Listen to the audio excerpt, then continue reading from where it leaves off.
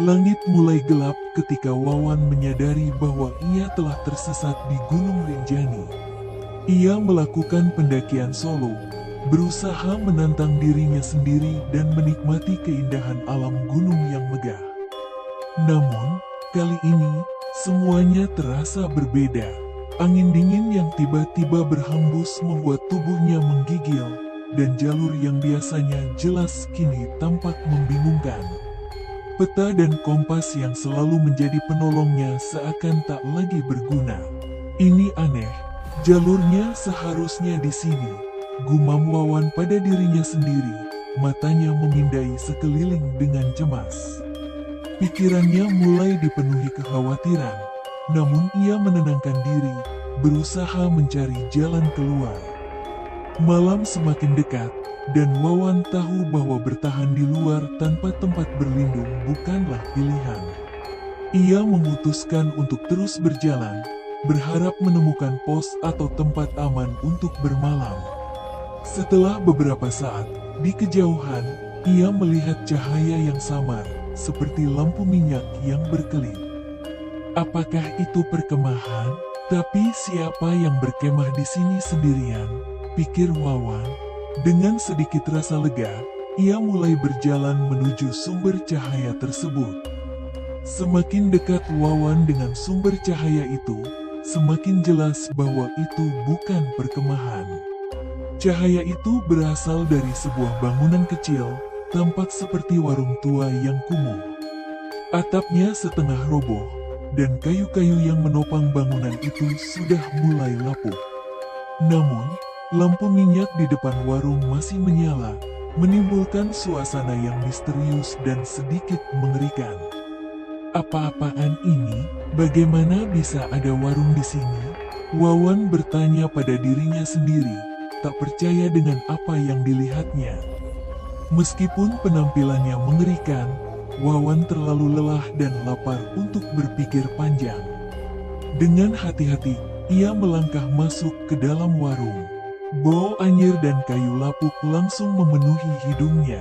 Di dalam, ruangan itu tampak lebih tua daripada yang ia bayangkan. Meja-meja berdebu, kursi-kursi tua yang terlihat seperti jarang digunakan, dan di sudut ruangan, sebuah tirai usang yang tampak menutupi pintu belakang. "Selamat malam," Wawan memanggil, suaranya sedikit bergetar. Tak lama kemudian, seorang pria tua muncul dari balik tirai. Wajahnya pucat, tubuhnya kurus, dan pakaiannya kusut. Namun, yang paling membuat Wawan tidak nyaman adalah senyum kecil yang melintas di wajah pria itu. Seakan-akan dia tahu sesuatu yang tidak Wawan ketahui. "Silakan duduk, nak, kau pasti lapar," kata pria tua itu dengan suara serak. Wawan mengangguk ragu-ragu, lalu duduk di salah satu kursi. Meski perasaannya mengatakan ada yang salah, ia tak bisa menolak tawaran untuk makan setelah seharian berjalan tanpa henti. Pria tua itu segera kembali membawa sepiring nasi dan sepotong daging yang tampak aneh. Daging itu berwarna keabu-abuan dan mengeluarkan bau yang tidak enak. Namun, perut Wawan sudah terlalu lapar untuk memprotes. Ia mengambil garpu dan mulai menyantap makanan itu perlahan-lahan. Saat gigitan pertama masuk ke mulutnya, Wawan langsung merasa ada yang tidak beres. Daging itu memiliki tekstur yang aneh, dan rasanya sedikit pahit, seperti daging yang sudah lama tidak dimasak.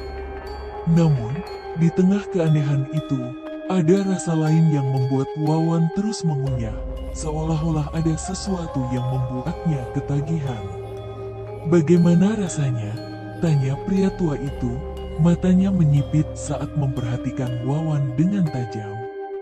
"Agak aneh, tapi lumayan," jawab Wawan dengan enggan, mencoba menyembunyikan rasa tidak nyamannya. Saat dia melanjutkan makan, keanehan semakin terasa. Suasana di dalam warung tiba-tiba berubah dingin.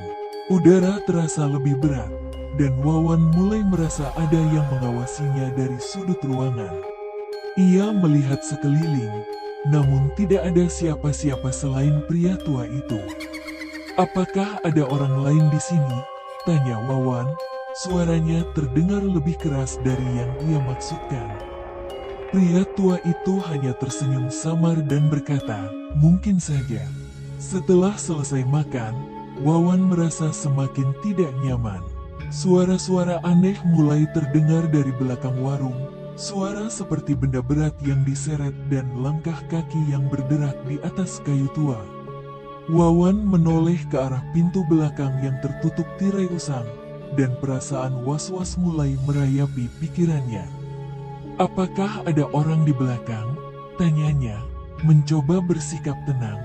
Pria tua itu menatap Wawan dengan tajam sebelum menjawab, "Hanya angin, Nak. Tak perlu khawatir." Namun, Wawan merasa tidak yakin.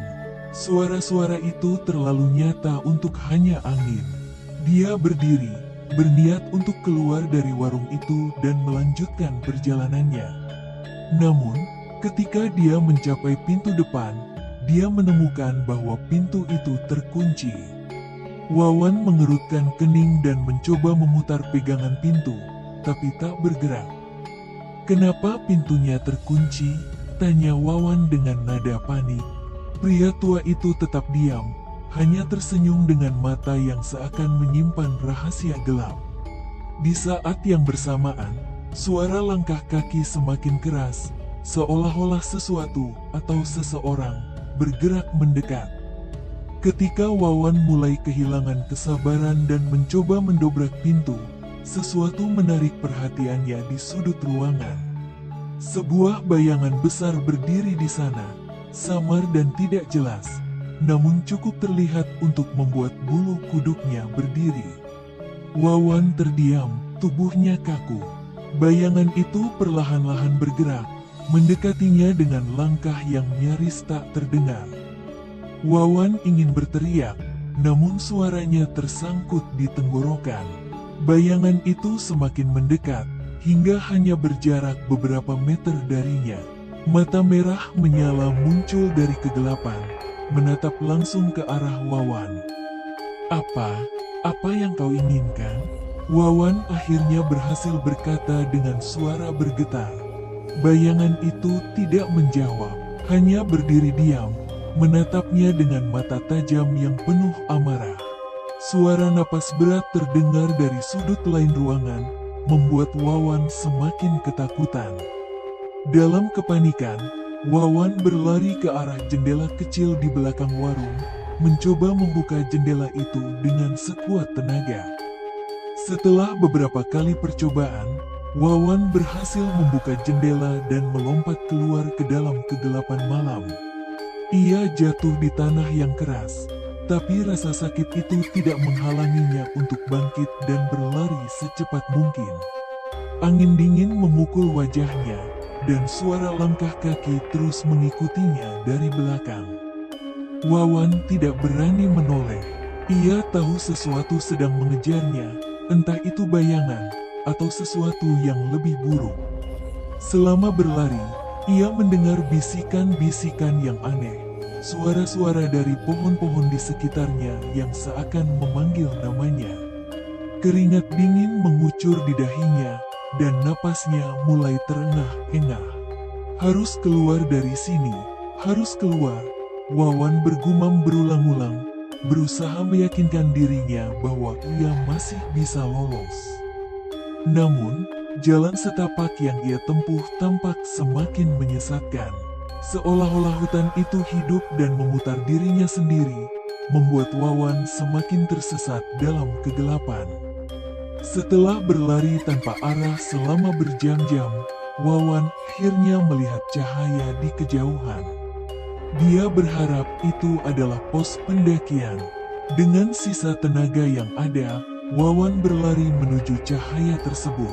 Ternyata, itu benar pos pendakian, dan para petugas di sana langsung membantu Wawan yang kelelahan. Wawan menceritakan pengalamannya tentang warung tua, pria misterius, dan bayangan yang mengikutinya. Para petugas hanya saling pandang dan mengangguk pelan. Salah satu petugas kemudian berkata, kau bukan yang pertama, nak. Sudah banyak yang melaporkan hal serupa, tapi warung itu tidak ada di peta dan tidak pernah ditemukan lagi. Wawan terdiam. Ia menatap kembali ke arah gunung, merasa ada sesuatu yang masih mengintainya. Mungkin warung itu hanya muncul bagi mereka yang tersesat, atau mungkin ada rahasia yang lebih gelap yang menunggu untuk ditemukan.